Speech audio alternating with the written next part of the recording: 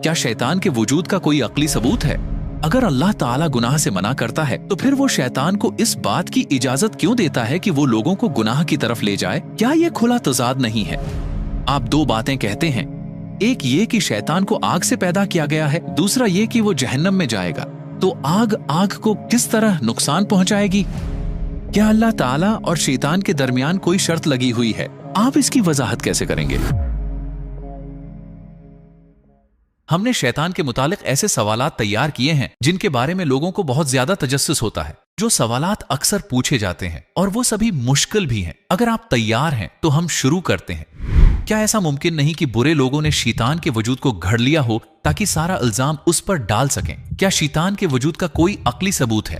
अगर इस्लाम सच्चा दीन है तो फिर जिस चीज का जिक्र इस्लाम करता है वो भी सच ही होगी। जो चीज इस्लाम को दुरुस्त साबित करती है वही शैतान के वजूद को भी दुरुस्त साबित करती है। लेकिन इसके अलावा जब आप खुद को और अपने इर्द गिर्द मौजूद चीजों को देखते हैं तो आप वाज़ेह तौर पर शैतान के वजूद को समझ जाते हैं। तसव्वुर करें कि एक बहुत ही प्यारा 4 साला बच्चा है। आप उसे देखते हैं कि वो मासूम है, वो जुर्म नहीं करता, वो किसी को नुकसान नहीं पहुंचाता। लेकिन जब आप उसी को 20 साल बाद दोबारा देखते हैं तो वो शायद मुकम्मल तौर पर अपने इर्द गिर्द के लोगों के लिए नुकसानदह शख्स बन चुका हो। मुमकिन है कि वो ऐसा शख्स बन चुका हो जो लोगों को धोखा दे, जो झूठ बोले, या जो लोगों को एक दूसरे के खिलाफ बुहतान तराशी या चुगलखोरी के जरिए उकसाए। आप कहेंगे क्या वो बच्चा और ये शख्स एक ही हैं? आप उन दोनों को एक तस्लीम नहीं करेंगे। तो इस बच्चे के एक ऐसा शख्स बनने के पीछे कोई ना कोई तो जरूर होगा जो उसे गुनाह करने की तरफ ले जाता है। कोई ऐसा जो गुनाहों को अच्छा बनाकर पेश करता है, जो इस शख्स को गुनाह पर आमादा करने की कोशिश करता है। उसके पीछे एक शैतान जरूर मौजूद है। तो वो इसको अंदर ही अंदर से कैसे धोखा देगा? मिसाल के तौर पर वो कहेगा वो तुम्हें इतने पैसे नहीं दे रहे हैं जिसके तुम मुस्तहक हो, लिहाजा ये रिश्वत या चोरी में शुमार नहीं होगा। वो हमेशा आपको इस तरह के बज़ाहिर अक्ली दलाइल से यकीन दिलाने की कोशिश करेगा। लिहाजा ऐसी किसी चीज का वजूद जरूरी है और आप जानते हैं। इसमें दिलचस्प बात क्या है, एक शख्स जहन्नम के वजूद पर यकीन रखने के बावजूद भी गुनाहों में डूबा हो सकता है। आम तौर पर एक शख्स जो जहन्नम के वजूद पर यकीन रखता है इसे कोई गुनाह नहीं करना चाहिए। इसका मतलब है कि कोई पीछे है जो धोखा देता है और गुनाह करने को मामूली सी बात बनाने की कोशिश करता है। इस तरह के कई अक्ली दलाइल के जरिए शैतान का वजूद वाज़ह तौर पर समझा जा सकता है। कहा जाता है कि शैतान और नफ्स दोनों लोगों को गुनाह की तरफ बुलाते हैं। इनके दरमियान क्या फर्क है? मैं इस फर्क को कैसे समझ सकता हूँ?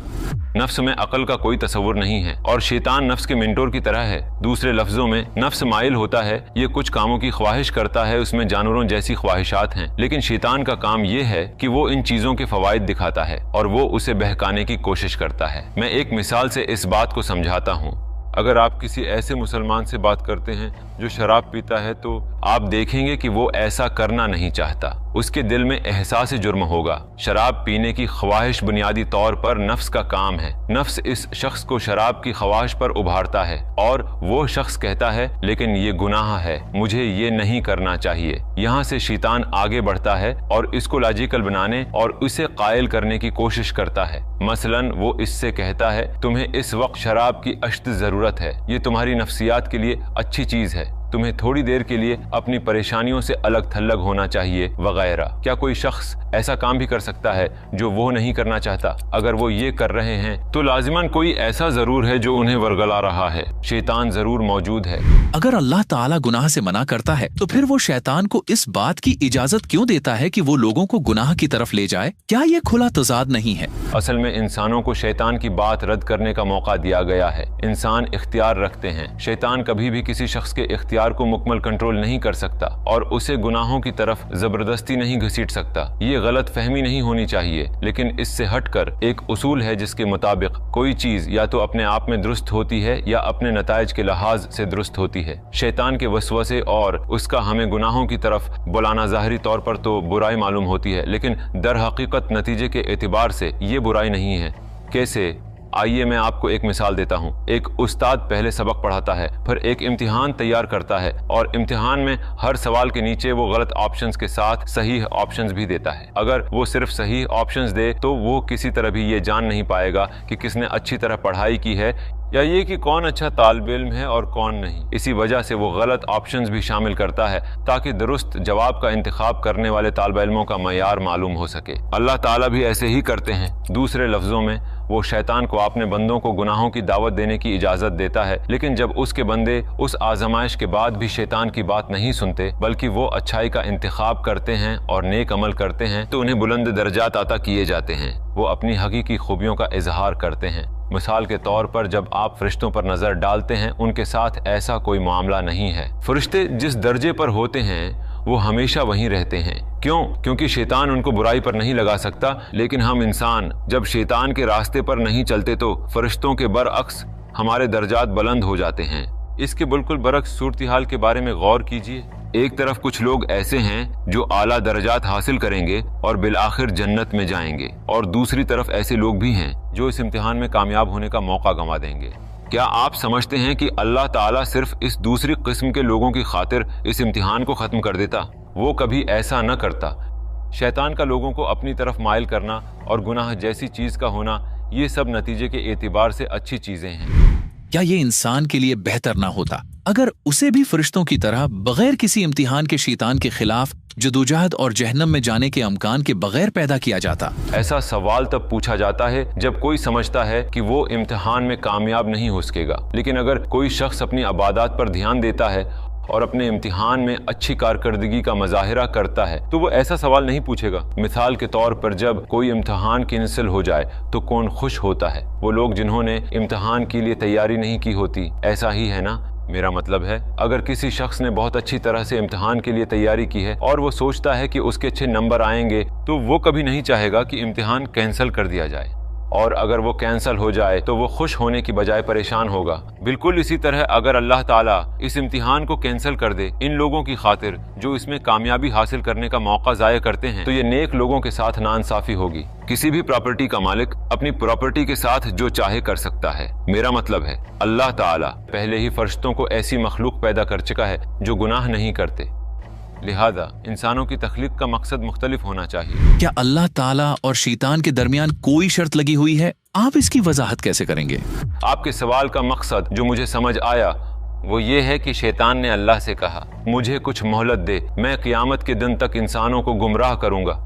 उसके जवाब में अल्लाह ने फरमाया, तू मेरे उन बंदों को गुमराह नहीं कर सकेगा जो मुखलिस हैं। यहाँ इस सवाल में एक बुनियादी गलती है। शैतान कौन होता है कि अल्लाह उसकी परवाह करे और उससे शर्त लगाए? अगर अल्लाह चाहे तो क्या इसे तबाह नहीं कर सकता? वो बिल्कुल कर सकता है। क्या वो इसे सीधा जहन्नम में नहीं डाल सकता? बिल्कुल डाल सकता है, लेकिन उसने ऐसा नहीं किया। उसकी बजाय उसने किया उसने शैतान को इसी इंसान की खिदमत पर लगा दिया जिसको सजदा करने से उसने इनकार किया था। वो उससे इंसानों की खिदमत कैसे लेता है? इसको यूं समझें, जब आपने सवाल पूछा कि अल्लाह ताला शैतान को लोगों को गुमराह करने की इजाजत क्यों देता है, हमने उसका क्या जवाब दिया? हमने कहा शैतान ही इंसान के रूहानी दर्जात की बुलंदी का सबब है। ठीक उसकी वजह से बेहतरीन लोग सामने आए, उलमा, औलिया, मुत्तकी लोग जो गुनाहों से दूर रहते हैं और अल्लाह का कुर्ब पाते हैं। हमने कहा लाखों अजीम बंदे उभरे हैं। ठीक उस सब के पीछे वजह क्या है? उनको गुमराह करने के लिए शैतान की कोशिशें। अल्लाह ताला ने शैतान को बराह रास्त सजा नहीं दी, इसके बजाय उसने क्या किया? उसने शैतान को इन्हीं इंसानों की खिदमत पर लगा दिया जिससे उसने सजदा करने से इनकार कर दिया था, और शैतान ही के जरिए अल्लाह ताला इंसानों में अपने अजीम बंदों के दर्जात बुलंद करता है। शैतान तो यही सोचता है वो जो चाहता है वही कर रहा है, लेकिन हकीकत में अल्लाह ताला ने शैतान को ऐसे जाल में जकड़ रखा है कि उसको उसका गुमान तक नहीं है। जैसा कि हम जानते हैं शैतान खुदा पर ईमान रखता था। अगर वो ईमान रखता है तो फिर ये कैसे हो सकता है कि वो अल्लाह ताला की तरफ से आदम अलैहिस्सलाम को सजदा करने के हुक्म पर अमल न करे? शैतान दरअसल एक अक्लमंद जिन था जो इस नाफरमानी से पहले अल्लाह ताला की खूब इबादत किया करता था। लेकिन यहाँ एक बात बहुत जरूरी है, अगर कोई शख्स इबादत करते या इल्म सीखते वक्त मुहतात नहीं रहता तो उसका इल्म या इबादत उसके तकब्बुर का बाइस बन सकते हैं। शैतान के साथ भी कुछ यूं ही हुआ। मेरा मतलब है उसमें बहुत तकब्बुर पैदा हो चुका था। शैतान ने वो सजदा करने से इनकार कर दिया और यूं अल्लाह ताला ने उसके तकब्बुर को जाहिर कर दिया। उसका तकब्बुर इतना बढ़ चुका था कि उसने अपने आप को दुरुस्त साबित करना चाहा। शैतान का ये अमल नस्ली असबियत की पहली मिसाल है। दर हकीकत क्या हम आज भी उसी तरह के मामलात नहीं देखते? मेरा मतलब है कि क्या शैतान खुदा पर ईमान नहीं रखता था? वो रखता था। क्या हम अल्लाह ताला पर ईमान रखते हैं? बहैसियत मुसलमान हम ईमान रखते हैं। अल्लाह ताला ने शैतान को सजदा करने का हुक्म दिया था, उसी तरह हमें भी सजदा करने का हुक्म दिया है। उसने हमें नमाज पढ़ने का हुक्म दिया है। शैतान ने कहा था, तो ने मुझे आग से पैदा किया और उसे मिट्टी से पैदा किया है। और हम कहते हैं, मेरे पास टाइम नहीं है, मेरे पास ये नहीं है, वो नहीं है, या मैं फारग नहीं हूँ। ये दोनों ही बहाने हैं। दूसरे लफ्जों में, जो शख्स ये सवाल पूछता है वो इस मसले को बेहतर अंदाज में समझ सकता है अगर वो उन मुसलमानों को देख ले जो नमाज नहीं पढ़ते। क्या सजदा सिर्फ अल्लाह ताला के लिए नहीं है? फिर अल्लाह ताला ने ये क्यों चाहा कि हजरत आदम अलैहिस्सलाम को सजदा किया जाए?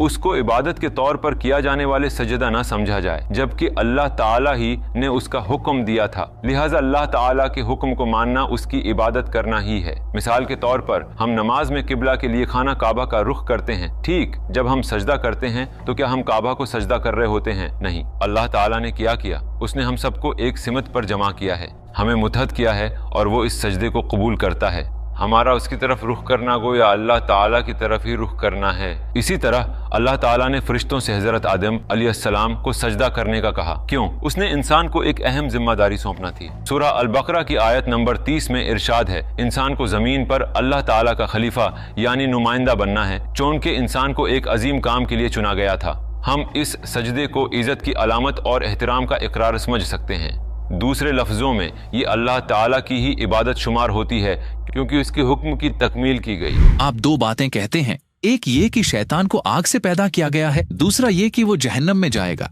तो आग को किस तरह नुकसान पहुंचाएगी? देखें, आग से पैदा होना एक अलग चीज है और खुद आग होना एक अलग चीज है। मिसाल के तौर पर इंसानों को मिट्टी से पैदा किया गया था, है ना? लेकिन क्या अब वो मिट्टी है? वो मिट्टी नहीं है। तो अगर मैं आप पर मिट्टी फेंकूं तो क्या उससे आपको तकलीफ होगी? जी हाँ, बिल्कुल होगी। शैतान को आग से पैदा किया गया था, लेकिन वो आग नहीं है। लिहाजा शैतान को जहन्नम और अजाब से बचाने वाली कोई चीज नहीं। उसके अलावा जहन्नम में सिर्फ आग का अजाब ही नहीं है, तो शैतान को बहरहाल सजा मिलेगी। आप बेफिक्र रहें। हमें तो शैतान धोखा देने की कोशिश करता है। ठीक, फिर शैतान को किसने धोखा दिया? उसके तकब्बुर और अनापरस्ती ने। हमने शुरू में कहा था, शैतान तकबर में हद से बढ़ चुका था। आप जानते हैं, जब किसी की अना बहुत बढ़ जाती है तो कुछ मामूली चीजें भी उसे गैर मामूली महसूस होती हैं। अपने तकब्बुर की वजह से सजदे का हुक्म भी शैतान के लिए नाकाबिल कबूल था। उसे ये मामूली चीज नहीं लगी और उसने ऐसा करने से इनकार कर दिया। तो उसको धोखा देने के लिए किसी की जरूरत ही नहीं। उसने सजदा करने से इनकार किया क्योंकि ये उसकी अना के लिए नाकाबिल बर्दाश्त था। हम फर्ज करते हैं शैतान को अपने किए पर पछतावा होता है और अपने बुरे कामों से रुक जाता है, तो क्या उसके लिए तौबा मुमकिन है? मेरा मतलब है, क्या उसे माफी मिल सकती है? इस सवाल का जवाब इस पर मुनहसर है कि सवाल में शैतान से कौन मुराद है। यानी अगर आपकी मुराद बुराई का सरबराह यानी असल शैतान है तो उसके लिए तौबा जैसी कोई चीज नहीं, क्योंकि कुरान में फरमा दिया गया है कि वो जहन्नम में जाएगा। उसके अलावा उसने जो फैसला किया था उसकी वजह से उसकी रूह इतनी तारीक हो गई है कि अब ये मुमकिन ही नहीं रहा कि वो सही रास्ते पर आ जाए। ये ऐसे ही है जैसे कोई शख्स एक कमरे में जाए, इसका दरवाजा लॉक कर दे और चाबी तोड़कर फेंक दे। शैतान ने भी कुछ ऐसा ही किया है। इसके लिए वापसी का कोई रास्ता नहीं है। लेकिन अगर शैतान से आपकी मुराद दूसरे शातीन हैं, यानी वो जनात जो ईमान नहीं लाए, तो उनके लिए तौबा मुमकिन है। हमारे कुछ उलमा ने ऐसी चीजों का मुशाहिदा किया है। अभी के लिए इतने ही सवालात काफी हैं। क्या आप आखिर में कुछ कहना चाहेंगे? हमारा मुकाबला जिस शैतान से है, इसके पास इतना तजर्बा है जितनी कुल इंसानियत की तारीख है। अब तक वो बहुत से लोगों को धोखा देने में कामयाब रहा है, चाहे कम हूँ या ज्यादा, चाहे उलमा हूँ या अक्लमंद लोग। लिहाजा ये जरूरी है कि इससे बचने के लिए अल्लाह ताला से पनाह मांगे। एक बहुत दिलचस्प बात यह है कि अल्लाह ताला सूरह निसा की आयत नंबर 76 के आखिर में फरमाता है, बेशक शैतान का दांव कमजोर है। क्या आप जानते हैं ऐसा क्यों है? क्योंकि शैतान सिर्फ गुनाह के लिए आपकी हौसला अफजाई करता है, आपको बुलाता है। वो आपके अख्तियार को कंट्रोल नहीं कर सकता। नीज इंसानों को एक हथियार दिया गया है जिसे तौबा कहा जाता है। हो सकता है कि शैतान ने आपको बहुत लंबे अरसे तक गुनाहों में लगाए रखा हो, लेकिन सब कुछ खत्म हो सकता है सिर्फ एक तौबा के साथ और इस्तगफार के साथ, सब कुछ साफ किया जा सकता है। मुमकिन है कि शैतान किसी शख्स को 40 साल तक अपने रास्ते पर लगाए रखे, लेकिन जब वो इंसान तौबा कर लेता है तो सब कुछ मिट जाता है। लिहाजा हमारे पास ऐसा हथियार मौजूद है। उसके अलावा बदीउल ज़मान सईद नूरसी रसाइल नूर में फरमाते हैं, मुआफ़ी मांगना या तौबा करना बुराई की तरफ रुझान को कम कर देता है। इसका क्या मतलब है? दूसरे लफ्जों में अल्लाह ताला ने हमें खुद को शैतान से बचाने के लिए बहुत ताकतवर चीजों से नवाजा है। जब हम इन चीजों का इस्तेमाल करते हैं और शैतान के जालों को पहचानने और समझने की कोशिश करते हैं तो हम अल्लाह के हुक्म से शैतान से बच जाते हैं।